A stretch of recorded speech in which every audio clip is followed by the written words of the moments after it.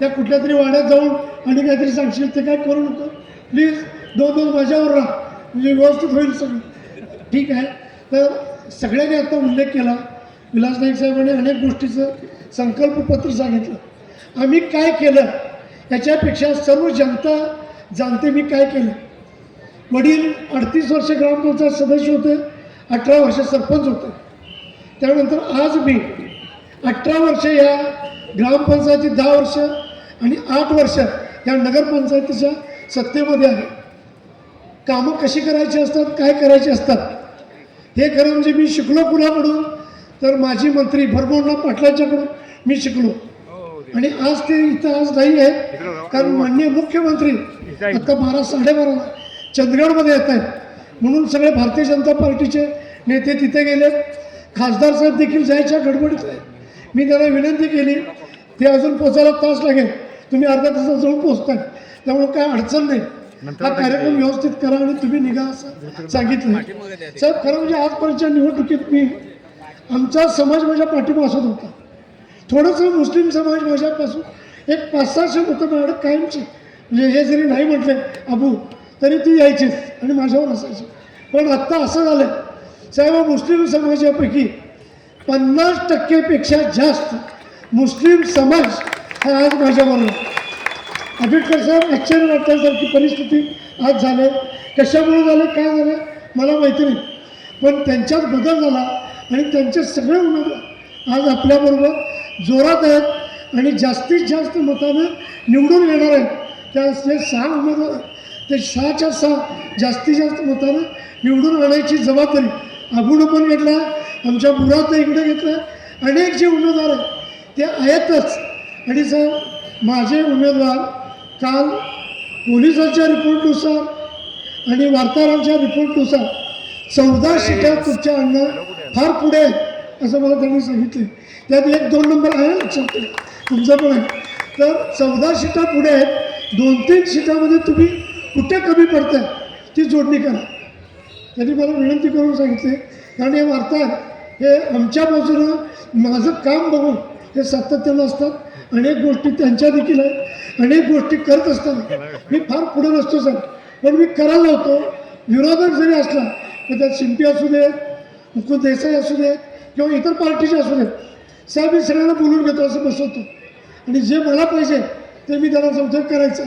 बाकीचे वार्ताहर पुढे असतात त्यामुळे त्यांची पंचायत होते. ते काय म्हणतात हे चांगली गोष्ट करायची का नाही करायला पाहिजे की सांगा म्हटलं मग ते करायचे म्हटलं की कामाची सुरुवात करतो आम्ही. मग त्यांचा विरोध कोणाचाही आजऱ्यात होत नाही.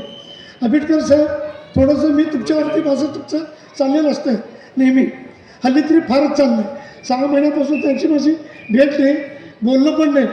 ते निवडून आल्यापासून मंत्री झाल्यापासून आम्ही जरा थोडंसं लांब आहे कारण महाराष्ट्र राज्याचे ते आरोग्य सांभाळत आहेत लक्षात ठेवलं.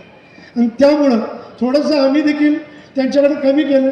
विजय पाटलांना म्हटलं तुम्ही जर त्यांच्याशी कॉन्टॅक्टमध्ये राहा. त्यांचे सर जे आहेत सर मात्र आमच्याशी कायम कॉन्टॅक्टमध्ये चर्चेत आहेत. काय लागणार काय नाही कुठं सांगितलं पाहिजे ही सगळी भूमिका ते आम्हाला विचारतात करतात.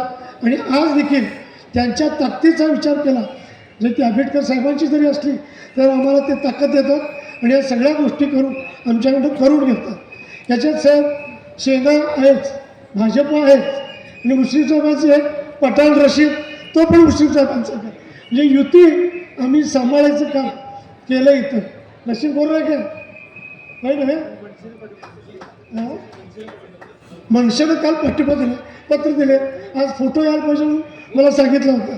त्यांनी काय केलं विजय पाटील ते तुम्हीच माहिती. तर एकंदरीत सगळ्यांना घेऊन जायचा माझा स्वभाव असला मी कुठेही कमी पडत नाही याची खात्री आहे. माझे जे आम्ही नेते म्हणतो जे माझं वैयक्तिक जरी काम असलं तरी मी महाडिक साहेबांच्याकडं सातत्यानं असतो. आणि यांच्यापेक्षा माझे नेते महादेवराव महाडिक आहेत. मी आज सगळ्यांच्यासमोर देखील सांगतोय लक्षात ठेवून घ्या.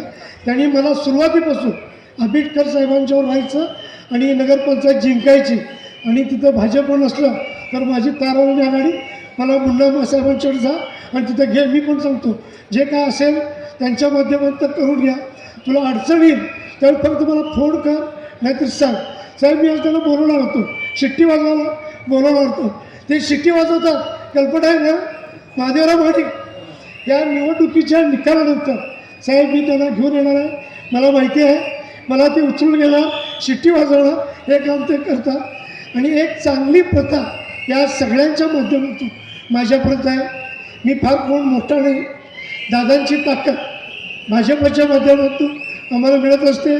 माननीय मुख्यमंत्री उपमुख्यमंत्री दोन्ही हे आमच्याबरोबर ज्यावेळी आंबेडकर साहेब शिंदे यांच्याकडे जातात त्यावेळी आजरा शहरासाठी आणि आजरा तालुक्यासाठी आमचा जिल्हा परिषदसाठी काहीतरी मागतात आणि काहीतरी करू देतात.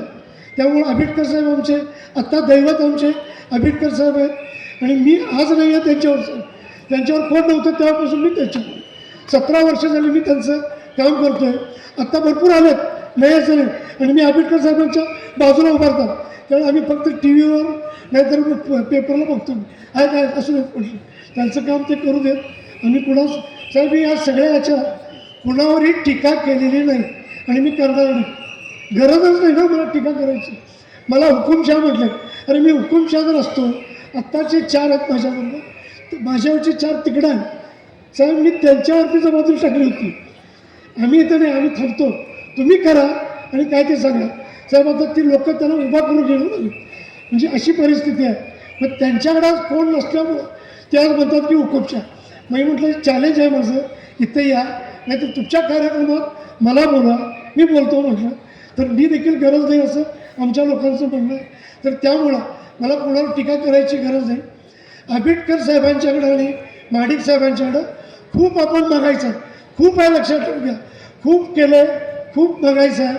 त्यासाठी आमची ताराराणी आघाडी आणि आमचं चिन्ह आहे शिट्टी लक्षात ठेवा.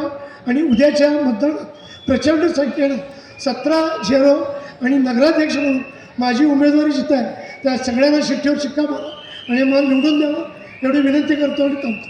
जय हिंद.